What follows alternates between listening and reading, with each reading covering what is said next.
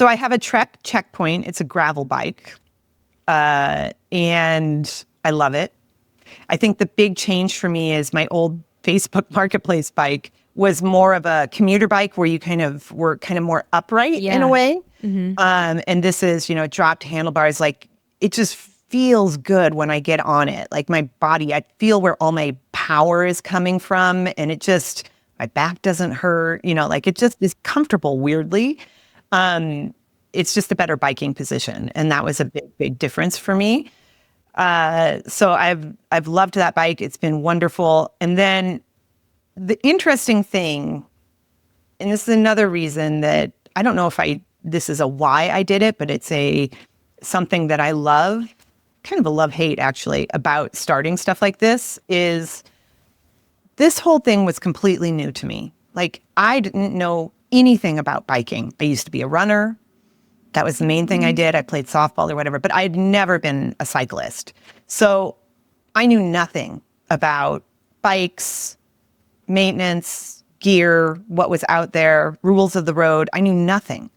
And when you start a whole new hobby, there's so much to learn and it's so overwhelming, but it also at the same time, I was in tears plenty of times trying to just figure out like why they call clip-in shoes clipless or whatever. Like, right. I was just like, I don't understand. Because that makes sense. and just, I don't know, it was just also new, but I loved it too at the same time because when I learn stuff, I feel alive and younger, I suppose. And this is learning new things is always a way to keep yourself young. And what age were you when you started this? When I actually started my first capital route, I was probably 52. Okay. But still, I think that's inspiring because you didn't even ride a bike really until you were over 50. And here you are, like riding your bike across the country and inspiring people and making a docuseries and also living a whole new chapter of your life. Yeah. And I just, I think, and all these things, crazy things that I do now, like, I try really hard not to overthink it. And when I got on that bike the first time and started the first route, I didn't know much of anything at all. I just rode. And I learned as I went along. And that's pretty much how I do a lot of stuff. So like when I referenced the Camino de Santiago, I didn't know anything about it. Someone had told me about it. I showed up in Pamplona and I started walking. I didn't even know anything. I didn't know anything about it. You know what though? Can we celebrate that for a moment and let everybody hear that? Because I think we all do this. Like we all think we have to be prepared to a certain standard that's only in our own heads probably before we're allowed to start something. Or maybe it's because we're comparing, oh, well, I've never done this before. Well, I don't know anything about it. But guess what? And everybody says this, like from day one of having this podcast, the last 11 years, this is what people say, just go, just do the thing, whatever it is. Like experts aren't born overnight. You have to put in the work. You have to put in the time. You have to learn. It's how you learn. Yeah. Yeah. So I love that you're just like, I just started walking. I just started biking. Like, excellent. Keep going. Yeah. And I've learned so much, and that's why it's been such a journey so far. But yeah, so gear, like I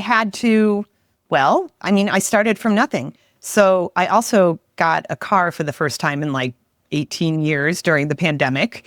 So I had to put a hitch on a car. I had to figure out a bike rack, which I didn't know anything about. I had to get like I didn't have to, but it made life easier with like a bike computer.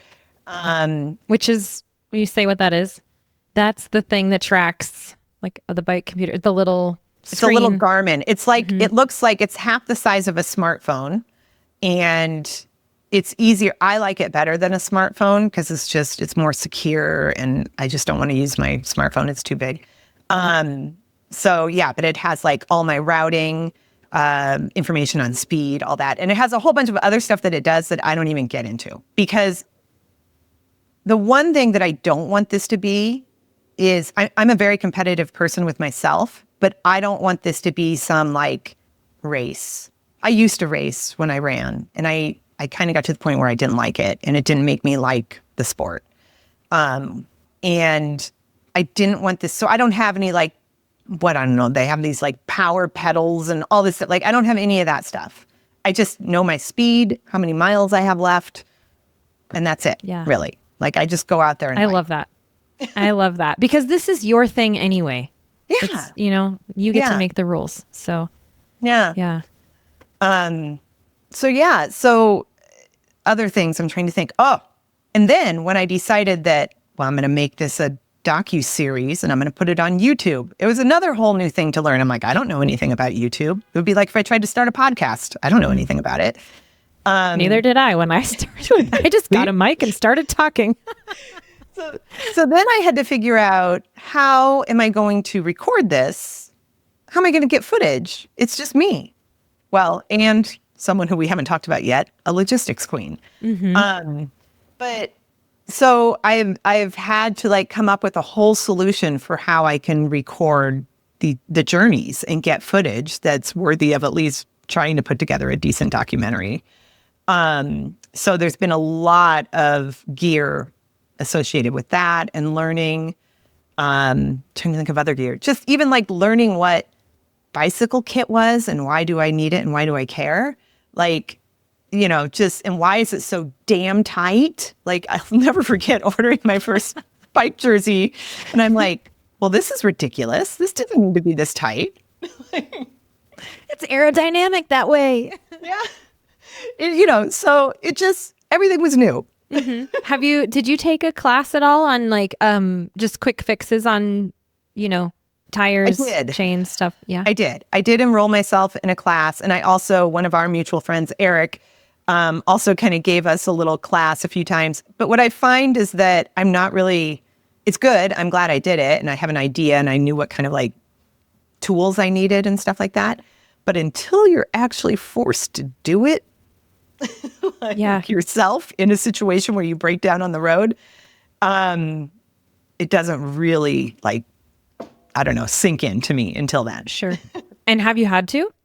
Not on the road. I've had a situation before where we were getting ready to go out from the hotel that day and my tire was flat. So then I had to change the tube like in the hotel room. So I haven't had kind of like a emergency of that. And then on one of my recent routes this year was the first time I ever flew with my bike, which was a whole nother learning experience, which also caused some tears. So Eric taught me how to take apart my bike completely and put it in, for storage and put it in checked luggage and all that stuff. And then put it back together when I got there. That was crazy. So yeah, little by little I learned. Otherwise, for all the ones prior to that, I was just putting it on my car and biking to where I had to start. How empowered do you feel though? Yeah, really empowered, I suppose. Like it's interesting, more so the first few times I did it. Now I'm kind of like, I've done 10 routes now. I just finished my 10th one. And now it's like I kind of have it dialed in. There are still pain points and things that I wish I knew or whatever. But it's not probably as empowering as it was those first times. But it's still so cool. One of my favorite things, and this is weird, is, I can ride the whole route, 450 miles or whatever, over the course of 8 days. And then, I finish at the Capitol and then we have to put the bike on and then we drive back to wherever. And when I drive back, oftentimes I'm driving past everything that I just biked past for 8 days or whatever. And that's always really empowering or amazing. And it's like, holy crap, I biked all of it. It's like, it doesn't even seem real sometimes. And it's just me out there. So yeah. I think that it's important to remind yourself how far you've come. I mean, because it's easy to get used to your new muscles. Oh yeah.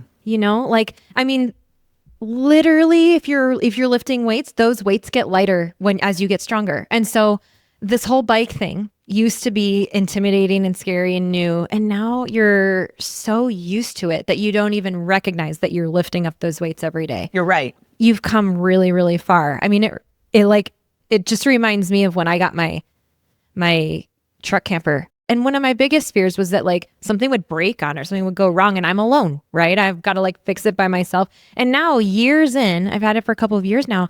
And it's just like, I mean, I'll go out there and I'll, pop it up to dry it out after whatever. And I'm like doing the buckles and adjusting things. And I'm like looking at myself. Sometimes I just stop. I'm like, wow, look at how easy this is for me now. Someone had to show me how to do every single step of this when I first got it, Yeah.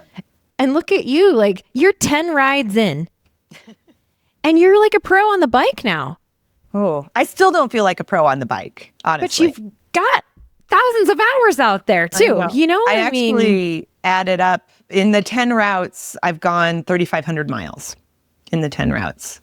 And that doesn't even come close to all the training and stuff that I do to get ready for them. So yeah, it is. It's weird. And I think like, I started my first 2 routes in South Dakota and North Dakota.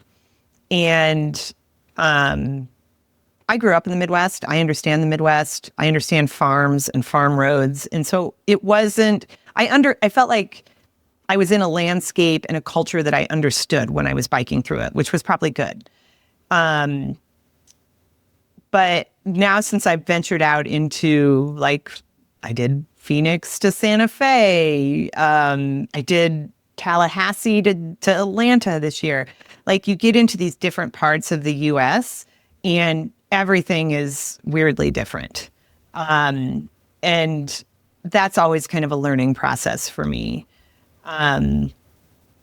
It's just, I don't know. It's hard. I still remember the first time when I had to ride on a road without a shoulder and it was busy. It was a busy road, but I had no choice.